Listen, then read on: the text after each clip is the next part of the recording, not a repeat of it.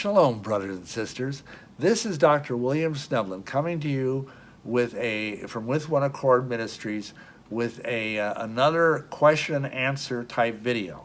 And this one is a little bit different, but the person basically asked if 501c3 churches are all satanic. Now, most of you probably know what I'm talking about here, but there is a designation in the Internal Revenue Service Code that was set up back, I think it was in the 60s, a category of nonprofit organizations. And the 501c3 is for religious nonprofit organizations, such as our ministry. And people originally didn't really get this, and the vast majority, I dare say probably 95% of the churches that are out there in America, whether Protestant, Catholic, evangelical, whatever, are 501c3 churches. Now the problem with that is that a 501c3 church is basically beholden to the state, to the federal government. That's where it gets its authority. Now a true church gets its authority, its warrant of authority, number one, from the scriptures, and number two, from Yahushua HaMashiach, who is our master, our sovereign.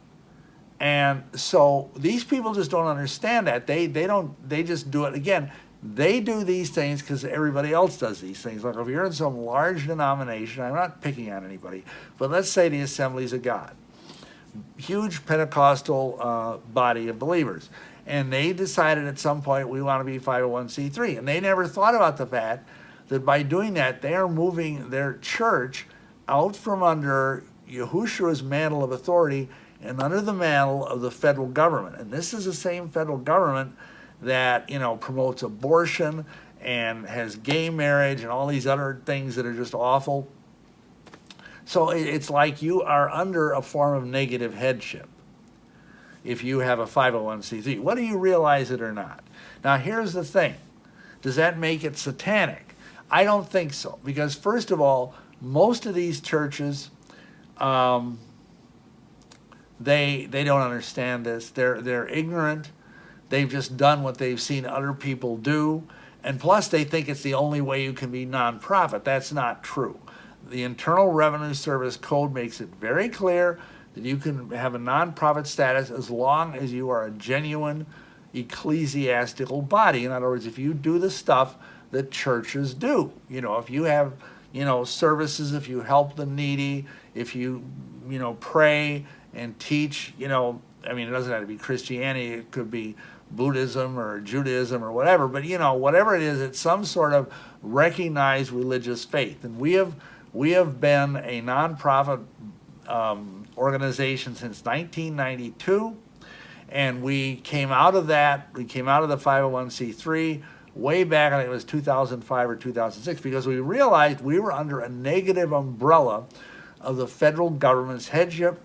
Plus, it also means you can't speak out on political matters. If you're a 501c3 pastor, you can't say, for example, if you vote for so-and-so as a presidential candidate, you are committing a sin. Even though I would dare say a lot of the presidential candidates we've had in the last 20 or 30 years, it would be a sin to vote for them. But that's beside the point. The point is, no, they're not satanic, but they're deceived.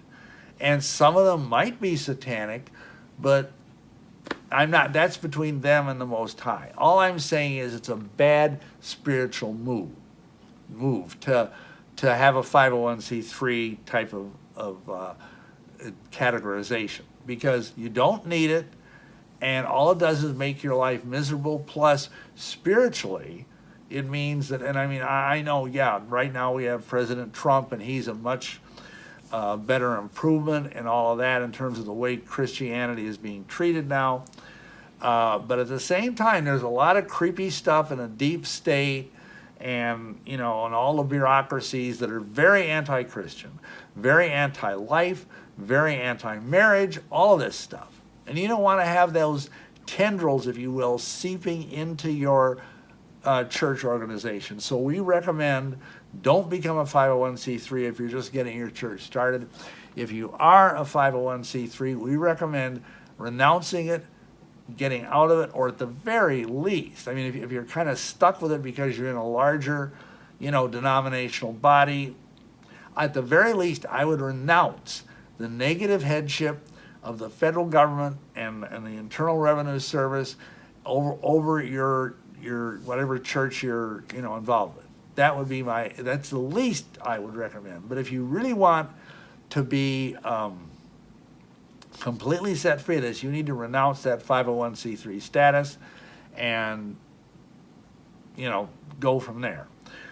Because you don't need it. You really don't. And we're going to put a link down below this video that will give you a direction for a different kind of alternative way of doing this that is totally legal. And it's actually older than the 501c3. So, no, all 501c3 churches are not satanic. They're just kind of stumbling around in the dark spiritually because they don't understand the spiritual dynamics of what they've done by being that classification of ecclesiastical body. So, I hope this has been helpful.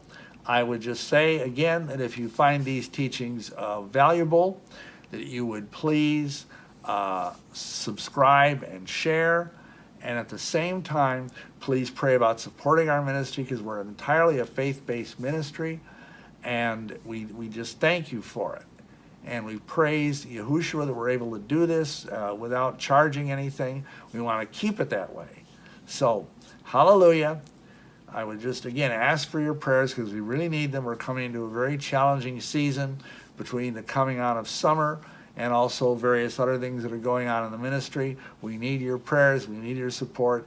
Thank you so much, and may you be richly blessed. Shalom, shalom.